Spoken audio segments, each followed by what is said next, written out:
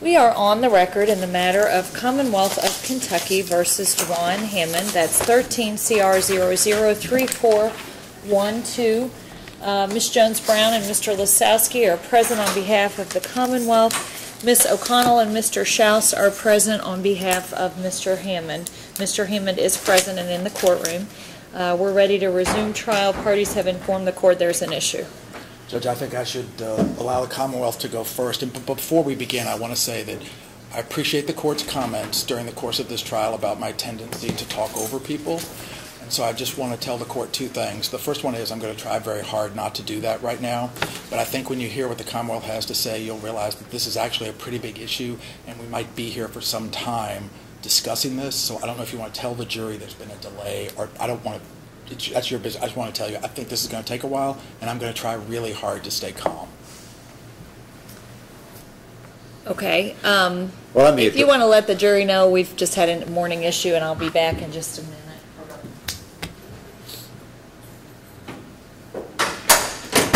Mr. Lasowski or Ms. Jones-Brown? Judge, I'll address the court since I was the one that made the discovery. During the cross-examination of Princess Bowen, I believe Ms. Schaus, I don't know exactly how it was worded, but her first interview was on June 30th of 2011 with the police. Detective Stalvey mentioned to me at that time that she was interviewed back in, I don't remember if he told me what date it was, but sometime during the trial and sometime afterwards, he showed me an August 12th, 2009 interview. Sunday, I had made arrangements to meet with Detective Stalvey to talk about, possible testimony in the trial and other issues and that might be pertinent to his examination and cross. And during that time, I'd already looked through our file and couldn't locate the August 12, 2009 interview. At that time, we went out to his truck and we pulled the interview. And it was a part of, and I'll show it to the court. I think if you see it, because I think he's going to show it on the monitor anyway. But I'll show it to you. And this is my copy, which I turned over to. I worked on this for some time last night, probably about 9 or so, 9:30, and called Miss O'Connell after I was pretty much fairly confident that there had been a discovery mistake made. Anyway, once I went back over our discovery. This says Prince Cotton. So are we talking about Princess Bowen? No, you're looking at the same thing we overlooked. Look next to that. Interview of Princess. See it at the top? Need to see any more. In the top left-hand corner under homicide. It says interview of Prince Cotton. Comma. Oh, I see. Interview of Princess. I think we all made, I'm going to speak only for myself, overlooked that second statement in the activity. All right. Now, in pages 43 and 44, I'm going to approach again to show you this is what was filed, because you had asked me, and so did Ms. O'Connell and Mr. Schaus on April 3rd when we were here to go over our discovery, just make sure that I'm unaware. And I did go through our binder, and this is what our binder had. All right. And you'll see that this is what was filed in discovery.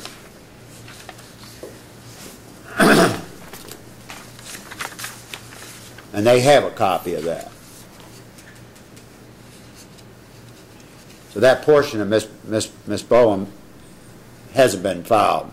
My records don't show it was ever filed in discovery. I did locate an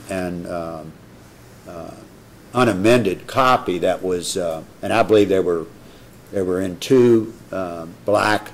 They weren't binders. They were bound up materials that I believe were provided by the detective during the course of this pending case. And there was an unabridged copy in there I located yesterday. And so I researched as much as I had on file both in the hard copy and Ms.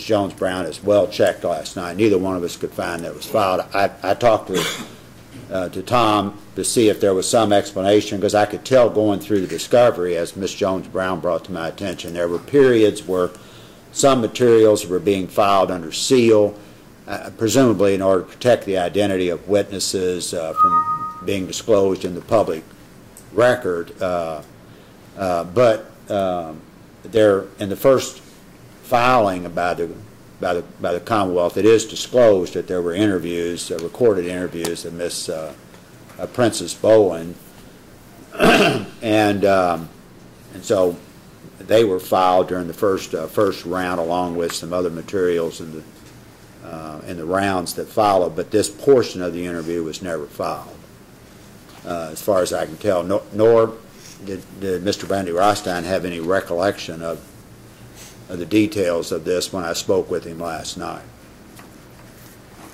And so I contacted, I didn't have Mr. Schaus's cell phone, or I couldn't find the number. I think he's given it to me 2 or 3 times. But so I called Miss O'Connell, whose phone number I had because of having to need to contact her in the week leading up to trial, and called her this morning, advised her there was a discovery issue, and then turned it over to him about 30 minutes ago.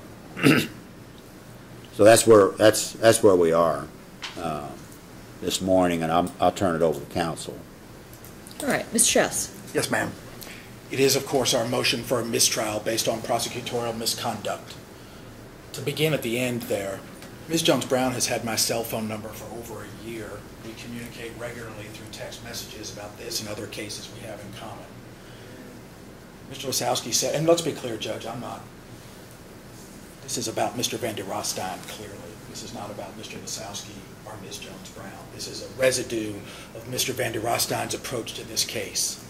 But I do think it's worth pointing out that no one from the prosecution called us on Friday or Saturday or Sunday. We were called at 9 o'clock this morning and told about this. When they learned of it, when I was in the well cross-examining their witness, who was on the witness stand for 2 days, Mr. Lisowski says Detective Stalvey touched him on the shoulder and said, "I've got this." He admits it was never turned over. I just want to get in the record that this is what we're talking about. And I've spoken off the record with Mr. Lisowski and Ms. Jones-Brown, and I don't think they're going to dispute what I'm about to show the court. This is page 44 of the discovery as turned over to us. And you can see it stops halfway down the page. This is the report we were presented with today.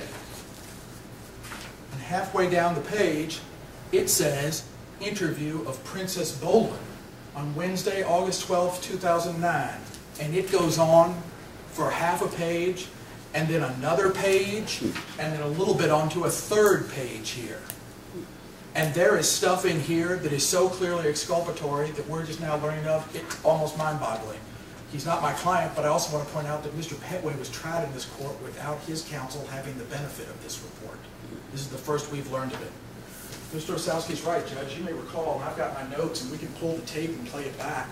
We were here on Thursday, April the 3rd, and you may recall that was our final pretrial conference.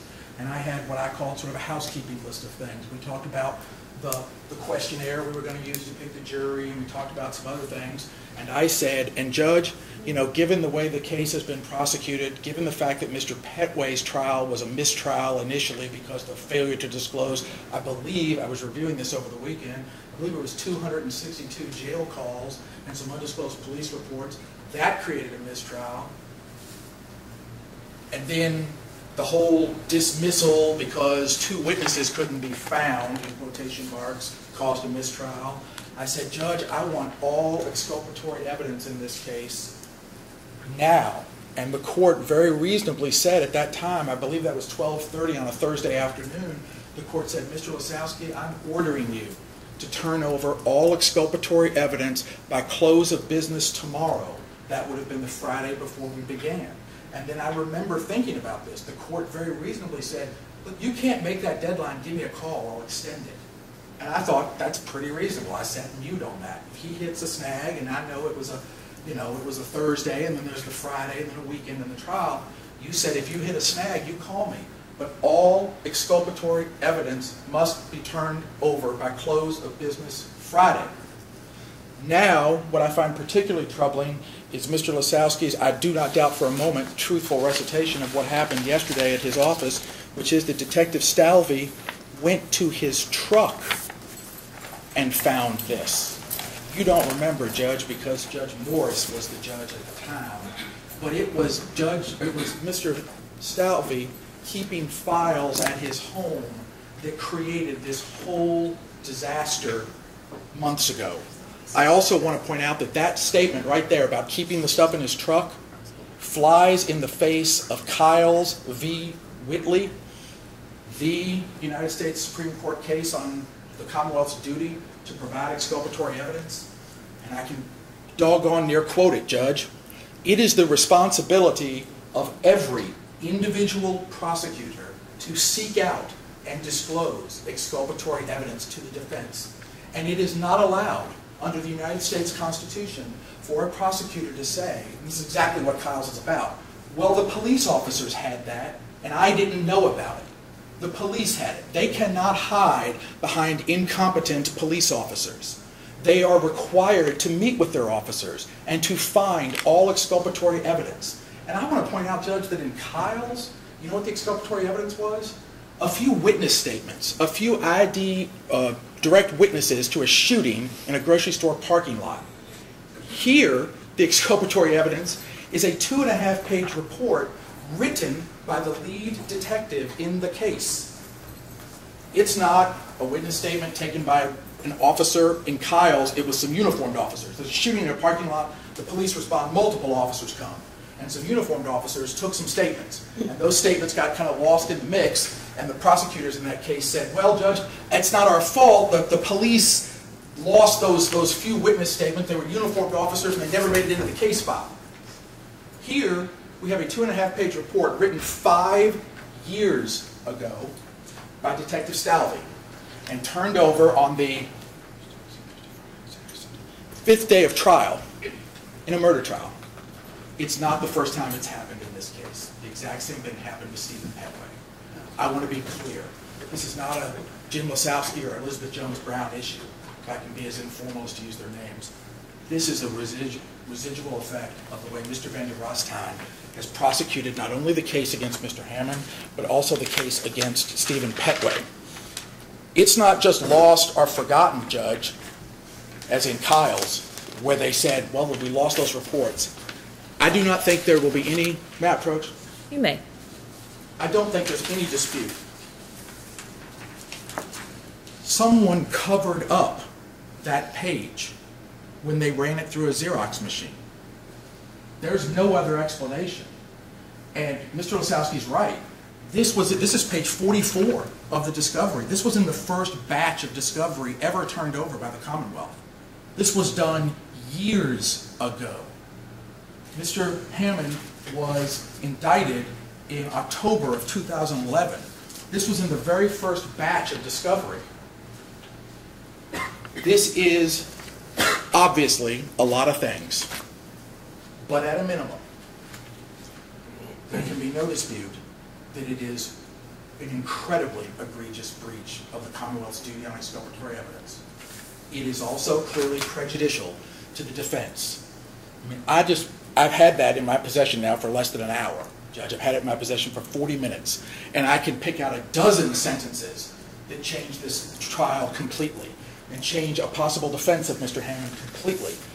Those same dozen sentences that I can point to without even trying, just sitting here reading it, totally undermine the Commonwealth's theory of their case. We've opened, we've laid out a theory. Their main witness was on the stand for 2 days, Judge. Ms. Boland was on the stand overnight. Then we took that long lunch, you may recall. There can be no remedy here but a mistrial. This is exactly the kind of misconduct that this court cannot tolerate. And what makes it particularly bad is that we've tried so hard since January. You may recall that I came to the rearraignment of Mr. Hammond and said, Give us all the exculpatory evidence you've got. Has anything changed with these witnesses? No, no, no. We've turned it all over. We've turned it over years ago. There is nothing. And now this, found in Detective Stalvey's truck. It's our motion for a mistrial. You want to call it a discovery violation? That's fine. It's our motion for a mistrial. There can be no doubt about the prejudice from this report. I mean, I know you've said sometimes at the bench there, Judge, about specific evidentiary objections, and rightfully so. Wait a minute, tell me what's going on. I don't know about this evidence. You know more about the case than me. I think what you've learned from Mr. Petway's trial and from 5 days of this trial, if you just glance at this, you'll see what's going on with this report. All right. Did you want to respond? Well, Mr. a couple of things. I thought I made it clear, and whether the responsibility is mine at this stage, that the report, that is the 4-page report, was in our possession. What was filed and what was in the discovery binder was the abridged version, okay? And I didn't, as I said, when I'm saying we went out to the truck, because that's where he kept his reports when he back and forth in court. So it wasn't that the first time our office had the full report was Sunday afternoon. I could not locate it in my review of the discovery Sunday morning, and it wasn't until Sunday afternoon when he came. When I'm telling him I can't find this report, that we went to his truck to get it, because I did not believe I couldn't find it anywhere. So I didn't want to leave the impression that it was hidden from the Commonwealth. To say that it was hidden by the police from the Commonwealth or lost would be erroneous. I agree with Mr. Schaus that by looking at the document, it's clear that it's been copied in some fashion that has taken out of it that particular portion. So and then when I went further looking, I saw the full report and made copies of it and turned it over. So I have in the office, I've overlooked it and was unaware of it, and I did go back and went through discovery after our April 3rd, and nothing. I saw the Prince Cotton report. I went through the discovery. It didn't, I overlooked the fact, and didn't realize it until that there was an interview out there. But I didn't, at the time when Detective Stalvey was telling me that, I didn't realize that it hadn't been turned over in discovery. I didn't, until I went in Sunday morning looking for it. That was the first time I realized there was a problem and couldn't find it.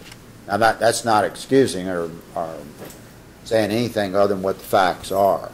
So it was not apparent to me till Sunday.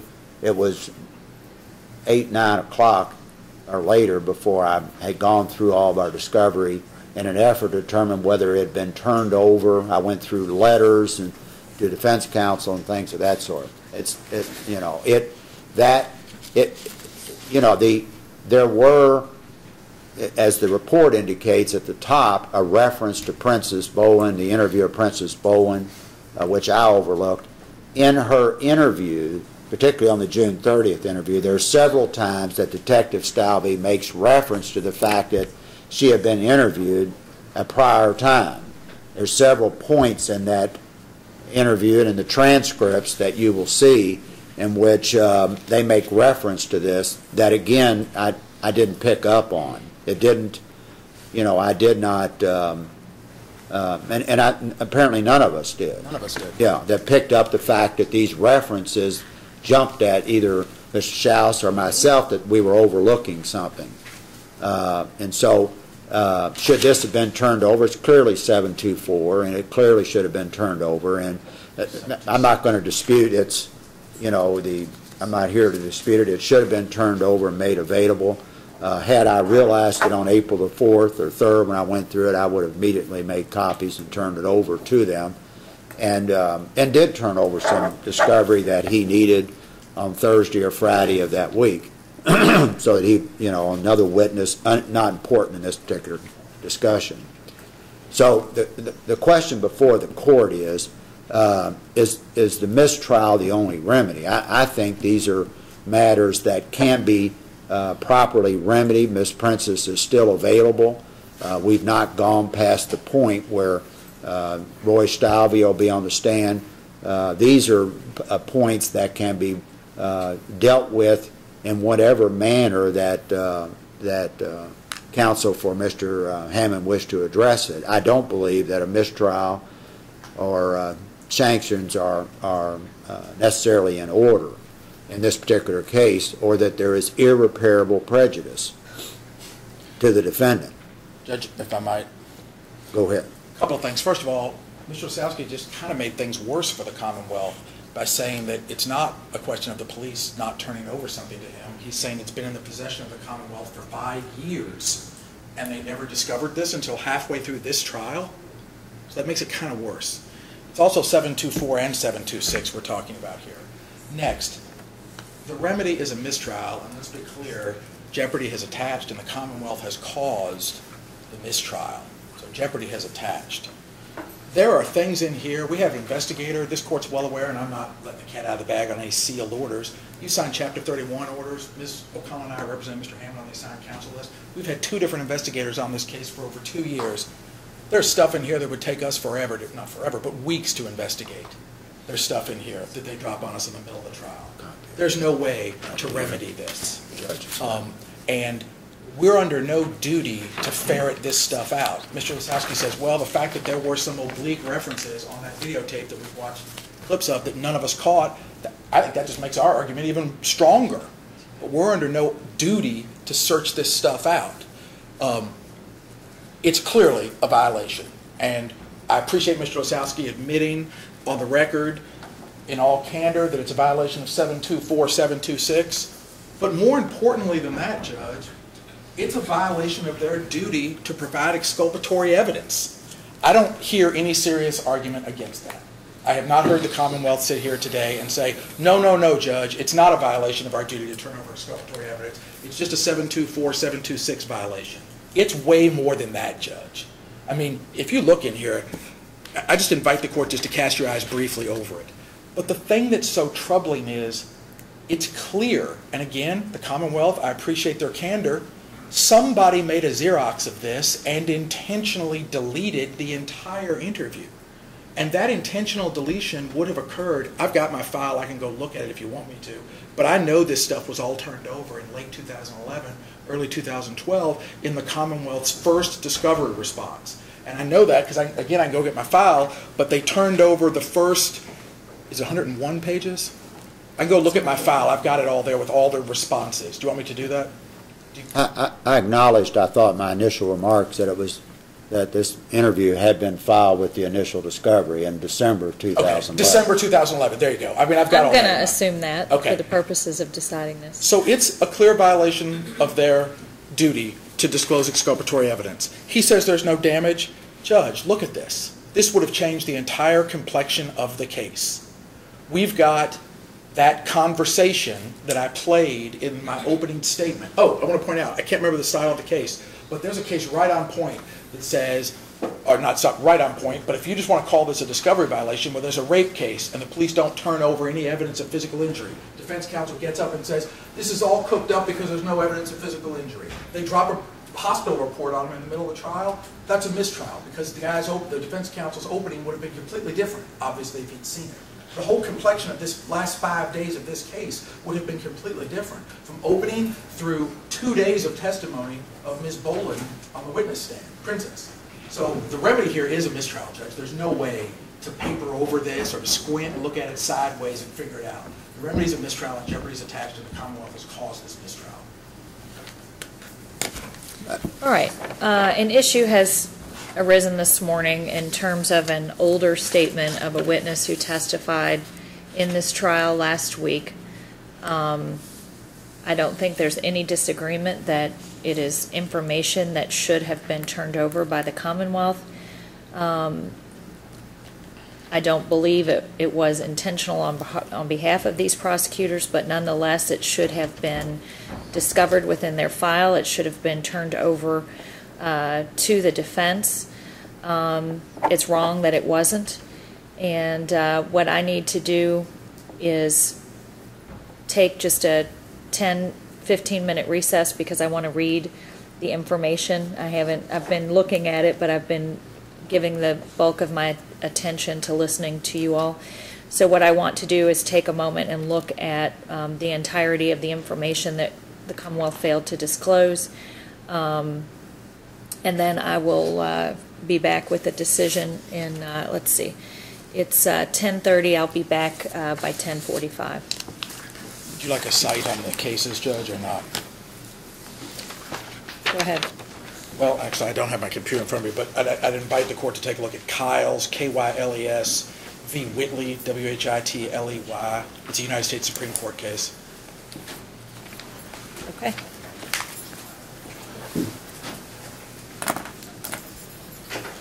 I'm giving way off.